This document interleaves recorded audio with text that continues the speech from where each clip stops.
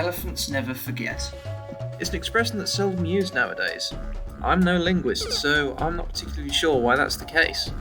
Maybe after so many years of biologists, zoologists, and elephantologists repeatedly telling the generally elephant-unaware public that it isn't actually true, people have finally got the bloody message.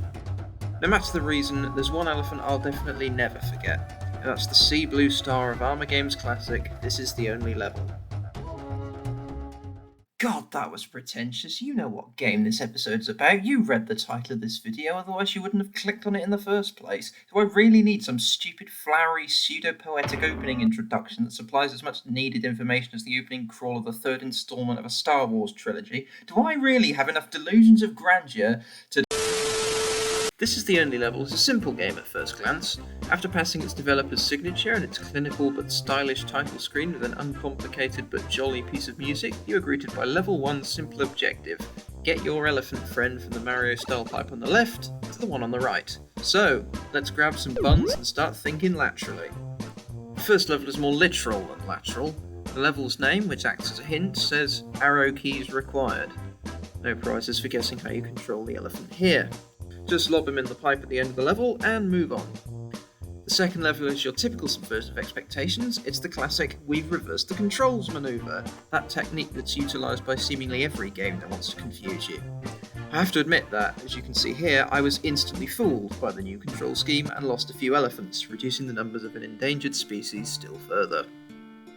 Level 3 has the door open from the start. Don't jump onto the great big threatening button which should never ever be pressed. That'll close the doors, like in the opening of The Phantom Menace.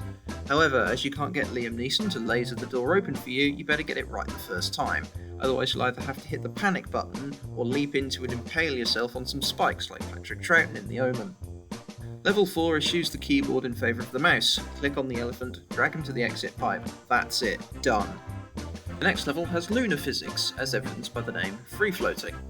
This is a pretty easy level. Arguably it's easier than the first level, given that the low gravity makes platforming really easy. Float through the pipe and we'll move on. The title of this level does not lie. In fact, it's an understatement. We're starting to get levels that are a bit harder here. My reactions aren't great, so if the elephant is about to whack his head on some spikes, I probably won't realise until it's too late. However, I somehow passed with flying colours and headed on to the next level. Dull appearances fooled me. I assumed the title was referring to the door, but it instead means the spikes, which cause you to jump. Your jump button is removed on this level, so this took a few seconds for me to realise what I was meant to do. On to the next level. Candy Stripes of Doom. This is my least favourite level in the game. There's no fancy controls here, nothing wacky, just 2 shades of brown on the ground. If you touch the light brown, the elephant we've all got to know and love over the past few seconds instantly dies. As previously mentioned, my reflexes are terrible and I lost elephant after elephant after elephant trying to progress. It's very irritating. Arrow control is next, and I think its title is a bit misleading, as up until now the usual way for controlling our platforming pachyderm was with the arrow keys. Is this level trying to con us by having nothing special at all and relying on the players overthinking a solution? No. You just move the cursor behind the elephant and it runs away, in a way I can only describe as being Puffle Roundup-ish. Next. This level is called a heavy headwind here, and no matter how hard you're concentrating, you will instantly die on this level. A heavy headwind is here, and it's just a pain in the arse and it isn't very clever. This is another level I'm not very good at, although it's nowhere near as bad as Candy Stripes of Doom or another level that is still yet to come. No returns, no refunds is next, and it's identical to the first level. God knows what the gimmick is here. I assume the door won't open at all if you die once, but as this is such an easy level, I don't know. Just try not to screw it up and you'll be fine. This level is called Stay Low.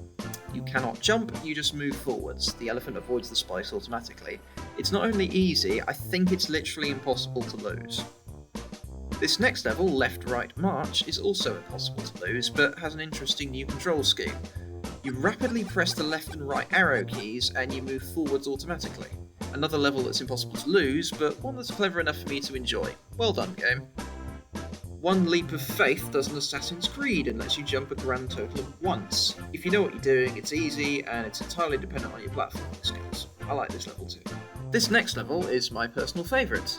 The hint is time to refresh, and despite seeming like an obvious clue nowadays, in the age of boss battles that can only be beaten by faffing around outside the confines of the actual game, I'm sure Doki Doki Literature Club does this, and the Psycho Mantis battle from Metal Gear Solid definitely does, but I can guarantee there are more, I just can't think of any. At the time, I thought this was amazing. The game was being affected by things that weren't in the game. How did it know? Had we found the perfect system? Yeah. So yes, although it's not as revolutionary now as it was to me in the mid-2000s, I still love it and think that it's clever.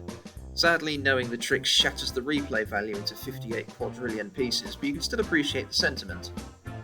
Keep hitting it is less clever. Just have the elephant jump up and down and up and down and up and down and up and down and up and down on the button until the door opens. I'd have switched this level around with heavy headwind here, or another level like that, as this one feels a bit conceptually simple for one that comes after time to refresh. It doesn't even need that much platforming skill to beat, all you need to know is how to beat the level normally, and to have an unreasonably high amount of patience. You know how before I spoke about a level having no gimmicks, relying on the player's own sense of worry and dread? Well, this is the gimmick, or absence of a gimmick I suppose, of worried about nothing. You know what to do, just get to the pipe and we'll move on. Collapse is next, and it lives up to its name, as the ground below you collapses if you breathe on it too hard. Actually, given that you play as an elephant, that breath would be relatively strong, but I don't want to deviate from the topic too much, as this is supposed to be a walkthrough as well as a view, and this is a time-sensitive situation. The big threatening button Button doesn't do anything in Collapse, you have to jump onto the platform above the exit pipe and have the floor collapse. You'll either fall onto the top of the pipe or directly in front of it, and then you're ready for the next level. This next level is a near one-to-one simulation of my laptop in the early 2010s. Stuttering slows the game to a crawl, as if cursed with horrendously crippling lag. The timer slows down to a proportional speed as well, keeping the game speedrunner friendly. This is a good thing, as replayability for this game is purely down to beating your time, so throwing a primary gameplay loop away for a level gimmick would be a very, very bad decision. Not that Flash games don't have their fair share of strange ideas, we're talking about a platform beloved by bedroom coders after all. However, this is the only level was done by an experienced Flash developer, one who'd made 40 other games for Armour Games already, including a series of games called Ball Revamped, and 2 other games starring a very familiar looking blue elephant. Anyway, we're drifting far off topic again, so let's move on. Do You Remember is next, and it's completely white, making everything other than the pipes and our Loxodonta of leaping completely invisible. However, as this is quite late into the game, you should be able to beat it first time due to muscle memory. In Between Gravity, spelt Gravitiii for some reason, is next, and it works on a similar principle to Candy Stripes of Doom. However, instead of just killing you instantly, it causes the ceiling to become the floor and the floor the ceiling, like in Gravity Guy. Your controls aren't reversed, up is still jump, so it shouldn't be too hard to complete. I usually fail a couple of times on this one, but don't rush and you'll get to the end. Mime's Folly is next, and call me an idiot, which I actively encourage in a few ways, given by what the descriptions look like, but I wasn't 100% sure what the gimmick was here for a long time. As you can see here, I failed the first jump after hitting the button, and this finally solved the admittedly minor mystery. Like those paths in Bowser's Castle in Super Mario Bros., you have to go one certain way, and if you don't, you instantly fall like a GeoCities hit counter after MySpace launched. You have to take the top path, which admittedly is probably the easiest path to take anyway. Next. Center keyboarder is mostly normal, only instead of the arrow keys you use the centre of the keyboard instead, TFGH to be precise. This isn't that unusual for a Flash game. Many other games have really strange button layouts as their defaults, but those are almost always reserved for the controls of player 2, 3 or 4 in a multiplayer game. Uppercase is next, and to beat it, hold shift or caps lock. Turning caps lock on won't open the door, I'll just open it and then immediately close it again, like a turbo button. Other than that, this level's normal. Next we have When It Feels Like It, another level that's just irritating. This time, hitting the button doesn't open the door straight away, it's randomised. This doesn't sound too bad, but this level loves slamming the door in your stupid cerulean blue elephantine face. After having it close on you for the 3rd, 4th, 5th time, it's like getting a month's worth of employment rejection letters at once. It's anger-inducing, and as someone with inconsistent emotional control, it can't be good for me. Or is it? Has a simple sneaky ruse that it throws at you. The door's fake. Hit the button and walk straight through it, Slimer style. There's really nothing much to say about this one. credit page is another of my favourites. Exit the game, go to the credits page in the main menu, then click the button marked main menu and unlock stage 27, then hop into the pipe and continue on to stage 28.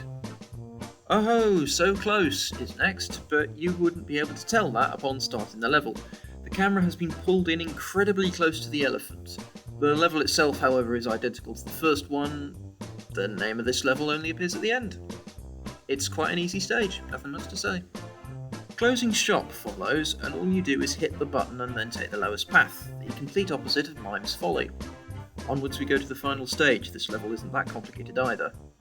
The final stage is no sweat. This is definitely the final stage, as the background's really dark and the platforms are dark green. The stage will get darker the further you go, becoming pitch black by the time you hit the button. And that brings us to the ending.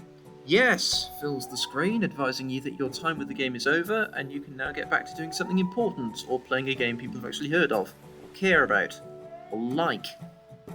You receive a very nice message thanking you for playing, saying that you're very special, along with some statistics. A nice, direct and personal ending to a nice, direct and personal game, and honestly I like it one hell of a lot. It's kind of tricky for me to decide firmly what I think of This Is the Only Level. The game isn't very long, it's almost the epitome of a time-waster video game, but does that mean the game's bad? Well, not really. I don't think so. I've played This Is the Only Level loads of times and I still enjoy it. And like I mentioned in the Fish Finder video, after you beat it the first time, the game's objective changes. Instead of being beat the game, it's gone from Super Mario Bros. To Mario Kart, and it's now about time trials. The creator, John, or JMTBO2, always intended for this to be the case. Those statistics you get after the game, they include your time, so now you can try and beat that time yourself or get other people to do it, while you lord over them, reaffirming that you are the one and only true blue elephant wrangler. So with my closing thoughts, this was Smart Casual Gaming, this was The Only Level, good night!